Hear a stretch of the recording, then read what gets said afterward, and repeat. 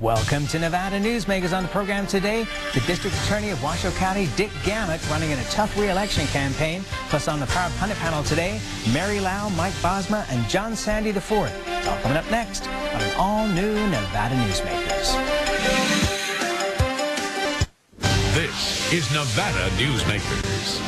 And back on Nevada Newsmakers, we have a great Power Pundit panel as always. Mike Bosma is here, the president of the Bosma Group. Mary Lau, president and CEO with the Retail Association of Nevada, one of our proud sponsors. And John Sandy IV, the attorney with Jones Vargas. Welcome to all of you. I was on KXNT Radio yesterday afternoon, an Alan Stock show with Chuck Muth. And Chuck brought up an interesting point, which is that a lot of these Assembly and Senate candidates are just hiding. They're not doing debates, or very little debates, and certainly not coming out of programs like this. Why do you think that is? Assembly candidates don't normally do debates, so I'm surprised that that was an issue. But I'm sure if campaigns contact you, they could probably go on, and I don't know if you've actively contacted them. We have actively gone after them, and they have said no thank you. And what Chuck brought up was the Allison Copening, Shirley Breeden. Allison came on this program and then disappeared. Shirley never appeared anywhere. Do you think this is good for the public and for public discourse? No, it isn't at all, but that is becoming the new normal in politics. If you don't have something to say or something to articulate and you're afraid of a question coming, then you just avoid it and allow mailers to be your campaign. And that was the philosophy and the whole plan behind the Breeden Copening races, and it worked. And a lot of times these candidates, the way they communicate to the public is they buy airtime, but I would imagine that with there's no money. There's no money out there, one, and with Senator Reid and Sharon Angle buying up all the airtime with their big war chests, I would imagine it's pretty tough for an assembly candidate to be able to get that airtime. Well, they also have the right to have it too. Because even if I, the candidate, purchased it and I'm a local election and Senator Reid wanted that airtime, it goes to the federal race. Right, right. And of course the advertising rates get bumped up as they get preempted. What are your thoughts on this?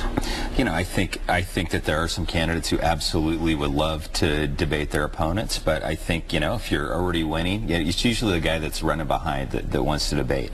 So I think if you have a candidate that's in a safe seat, they're not going to want to go on a debate because that's a place where they can't control that message.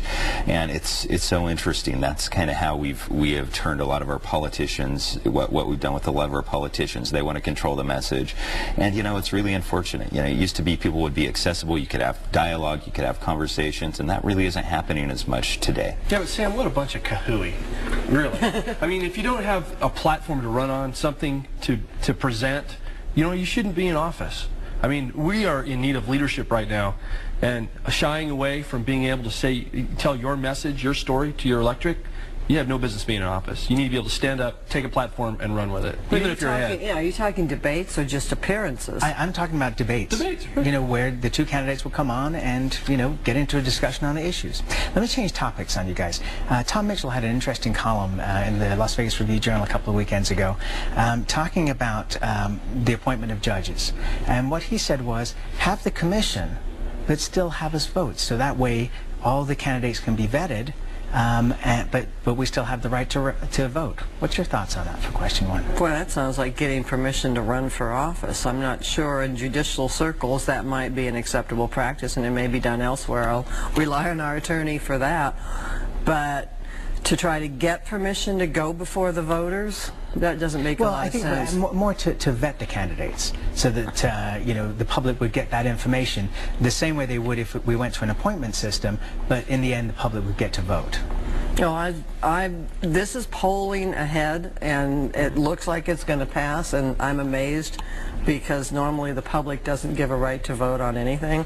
I think some very difficult judicial candidates that got into some very problematic and headline-bearing events, the Halverson case for one, probably soured the public a bit.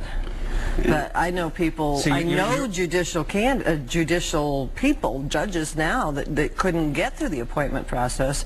For some reason they didn't get it when they were able to fill an empty seat.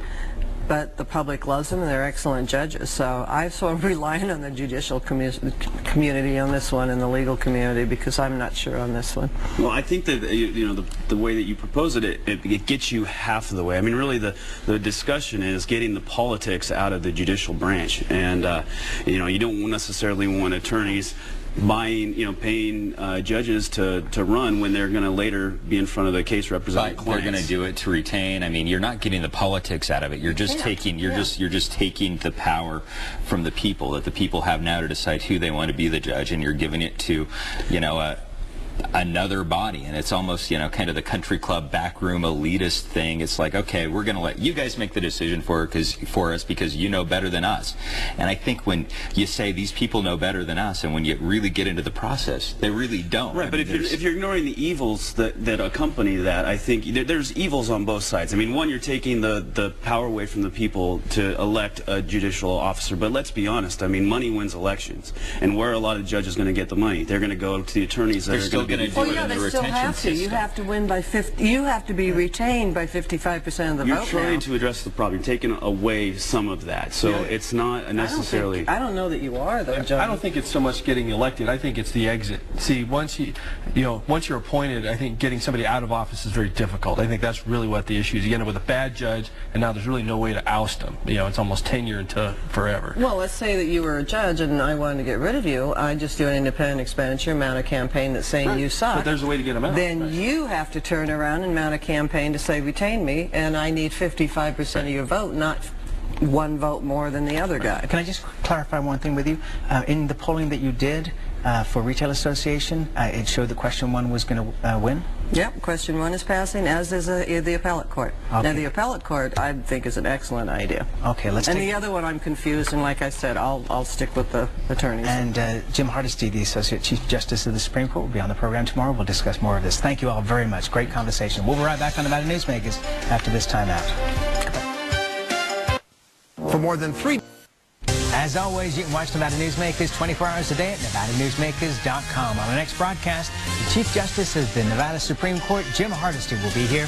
We'll see you on the next broadcast. Thanks for watching and listening.